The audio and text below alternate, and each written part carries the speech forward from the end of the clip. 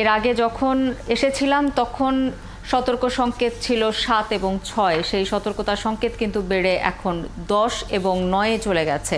যেটি বলছিলাম এর আগেও, যতক্ষণ পর্যন্ত ঘূর্ণাবর্তটি সাগরে থাকবে, পানিতে থাকবে, ততক্ষণ পর্যন্ত এটি শক্তি সঞ্চয় করতে থাকবে এবং এর গতিবেগ বাড়তে থাকবে, বাতাসের গতিবেগ বাড়তে থাকবে, বৃষ্টি বাড়তে থাকবে, জলোচ্ছ্বাসের আশঙ্কা বাড়তে থাকবে। এই মুহূর্তে যেটি দেখতে পাচ্ছি, এখনো পর্যন্ত ঘূর্ণাবর্তটি সাগরেই অবস্থান করছে এবং এই যে হলুদ অংশটি যেটি দেখতে পাচ্ছেন, এটি হচ্ছে এই ঘূর্ণাবর্তের ঘূর্ণিঝড়টির অগ্রভাগ। সেটি বাংলাদেশের সীমানার একেবারে নিচের দিকটাতে খানিকটা স্পর্শ করেছে।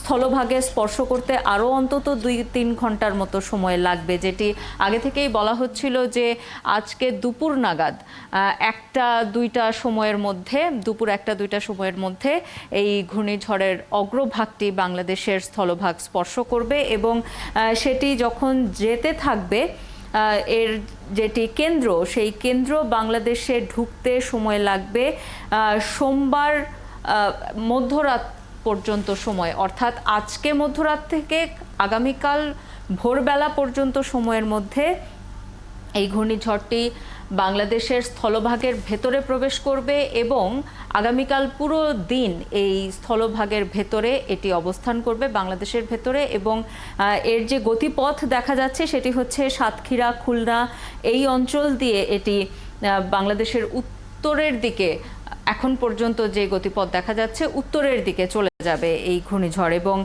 যেটি দেখা যাচ্ছে, আমরা যদি একটু বৃষ্টির পরিমাণ দেখতে চাই যে এই ঘূর্ণিঝড়ের প্রভাবে কি পরিমাণ বৃষ্টি হবে। এখনো পর্যন্ত কোথাও বৃষ্টি এখনো পর্যন্ত প্রভাব দেশের অভ্যন্তরে খুব একটা পড়েনি, উপকূল ছাড়া। কিন্তু যেটি দেখা যাচ্ছে, যখন এটি ঢুকবে বাংলাদেশে, তখন সারা দেশেই অতি বর্ষণের সম্ভাবনা আছে এবং যে নীল অংশগুলো দেখতে পাচ্ছি আমরা, সেটি খুব হালকা ধরনের বৃষ্টি এবং যেই লাল অংশগুলো দেখা যাচ্ছে সেগুলো অতি বর্ষণের আওতায় থাকবে।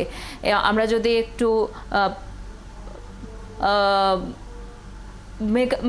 মেঘের অবস্থা দেখতে চাই, যে সারা দেশ মেঘাচ্ছন্ন থাকবে এবং এখনও আমরা দেখতে পাচ্ছি যে ঘূর্ণিঝড়ের প্রভাবে উপকূলীয় এলাকা মেঘাচ্ছন্ন আছে এবং আগামী 2 দিন পর্যন্ত যেটি দেখা যাচ্ছে যে আমরা দেখছি সোমবার সারাদিন সন্ধ্যা পর্যন্ত সারা দেশে আকাশ মেঘাচ্ছন্ন থাকবে। আমরা যদি একটু জলোচ্ছ্বাসের অবস্থা দেখতে চাই, যেটি দেখতে পাচ্ছি আমরা যে এখনো পর্যন্ত সাগরেই যেহেতু ঘূর্ণিঝড়টি অবস্থান করছে, কিন্তু যখন এটি বাংলাদেশে ঢুকবে, সেটি যদি জোয়ারের সময় হয় তাহলে 8 থেকে 10 ফুট পর্যন্ত জলোচ্ছ্বাস হওয়ার আশঙ্কা আছে। কিন্তু যদি ভাটার সময় ঘূর্ণিঝড়টি ঢোকে, তাহলে জলোচ্ছ্বাসের মাত্রা খানিকটা হয়তো কম হবে। এবং এই ছিল এখন পর্যন্ত windy.com-এর যে আপডেট, যেটি দেখাচ্ছিলাম তানিয়া রহমান।